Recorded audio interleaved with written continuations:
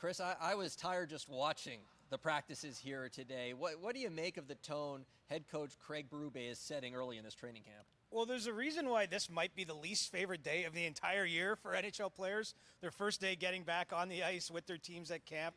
And Craig Berube wanted to make sure that the Leafs were full value for what they were doing. It's not just conditioning skates up and down the ice. It's battle drills. It's trying to push the players beyond their comfort zone. I think that's a big part of what he's going to use these first few days at camp to do. And the reality is, as the season goes along, you don't get many opportunities throughout a year to push your players in this manner. So the bar has started pretty high. And, clearly the coach is going to try to put a stamp on things, try to get the players buying into this, pushing themselves, all the things I think any new coach looks to do. But certainly you got the feeling that they were full value for, the work the Leafs put in on the first day of camp. And I think you're going to see that continue here as these days go along. Veteran Ryan Reeves says it was probably top 2 toughest camp opening days, and it probably isn't number 2. So it was tough for these guys. Now, as promised, William Nylander was at center with Max Domi and Kalle Järnkrok on his wings. And last year, he also started camp as center. It only lasted 2 preseason games. At that time, he said, "I'm willing to go wherever they want me." This year, he's got an opinion, Chris. He does, and he voiced that to Craig Berube when this was broached to him. And he said essentially, I'm excited to do it, but it's got to be more than one game. And what that tells me is that he's truly into this. His heart is into it. He wants to obviously get more reps, get more comfortable, probably make some mistakes as he's getting comfortable back in that position. But, he doesn't want to be judged on those mistakes that if, the first preseason game, okay, back to the wing where it's a little bit safer to put him. And, that's a little different, at least from my interpretation of how things have gone in the past. Sure, Sheldon Keefe, the Leafs former coach, didn't trust him fully defensively, and I think that was what kept him back from having this be a regular occurrence. But you never got the feeling he really, really wanted to be there. But, things are different now. He's a veteran player. I think he recognizes where the Leafs roster is going. It also gives them an opportunity to spread their scoring talent through 3 lines if he can play down the middle. And so, I think this is a good experiment. It's the right way to use preseason, and it really helps you have the player himself wanting to do it. So whether he's at the wing or in the middle, Nylander's on the team. The same can't be said for Max Pacioretty. He's at camp on a pro tryout. Now, General Manager Brad Treliving, he said, if things go as we think they're going to go, we expect him to be with us, but there's no guarantees. Chris, what do you make of how Pacioretty is handling things? Well, the key is they have to go, right? You have to see him, get back up to speed, make an impact in the games as it goes along. I mean, we're not going to judge based on one practice here today or even one game when he gets back in. And I think he's handled it well in that he understands there's a process here. A player coming off 2 significant Achilles injuries in recent seasons, never got up to his own level of expectation last year in Washington, where he missed the first half of the season and jumped in, at a tough time to do.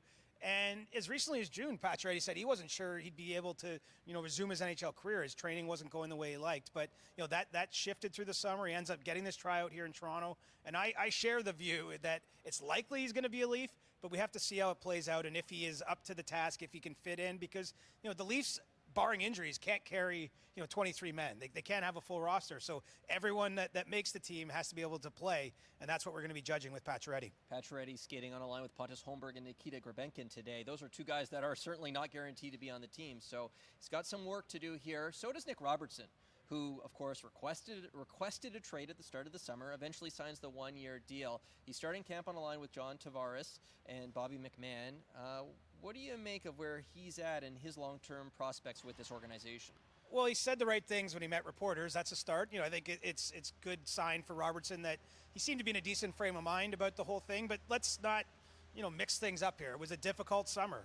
He made it clear through his agents that he didn't want to be in Toronto, that he had concerns about the opportunity. Now, it's good news, I would say, that he's starting on a line that, probably if that was game 1 of the season, we'd say they're going to start a lot in the offensive zone. They're going to get offensive looks, a position where he can, do what he does best, which is shoot the puck and use those offensive instincts. But how this plays out, I don't know yet. And I'm not sure anyone does. Craig Berube said, he talked to Robertson through the summer. He said, I don't care about the contract stuff.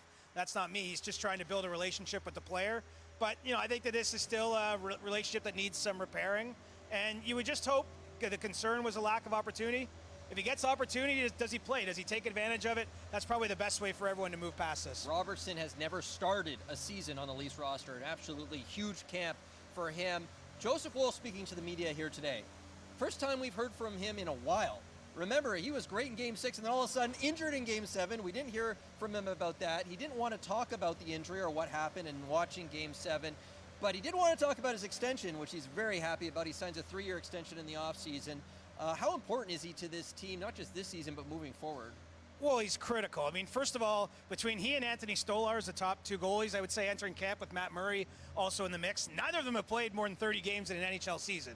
So you do the math, there's 82 regular season games. How is that going to break down? The Leafs certainly need more from Joseph Woll in terms of, compared to where he's been in the past.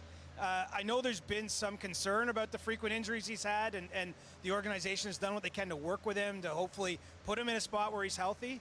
But for Woll, it's going to be an interesting case because they have made that nice bet on him. And if he becomes a true number 1, if he can play more games, if he delivers on his potential, I mean, it's an absolute home run signing for the Leafs. But as we start this camp, this season, it's a little bit unknown. Can he stay healthy? Can he handle that workload and keep his play at a high level? Off the top, spoke about how tough it was this practice here today. One guy did not have to deal with it today. Simon Benoit, he was away to be at the birth of his first child. Our congratulations to Benoit and his partner. Day 2 at camp around the corner.